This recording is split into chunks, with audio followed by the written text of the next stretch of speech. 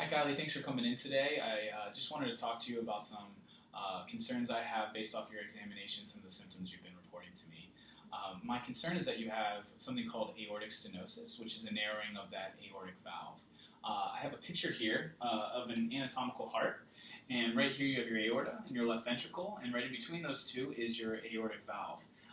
And that is where we're concerned on you. We have a normal valve here, and as you can see, the opening is nice and large, allowing blood to go in and out, no problem. Right here we have a stenotic valve, and as you can see, the narrowing of that valve, the opening is not as large, allowing less blood to flow through, and that is our concern with you. Okay, so that's just kind of a picture of a heart, and hopefully that gives you a better idea of what's going on.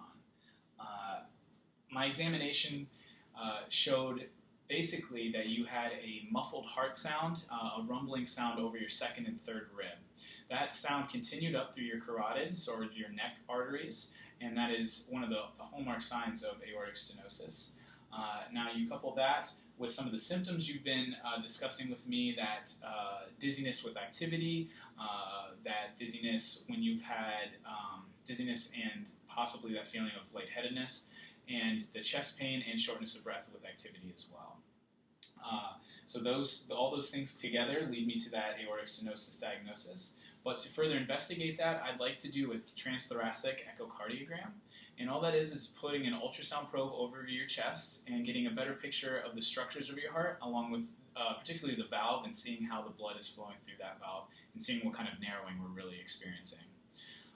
So other than that, some things I'd like you to work on at home are quit smoking, number one. Number two, try to decrease your stress level. Go out for maybe a light walk, get some exercise in there.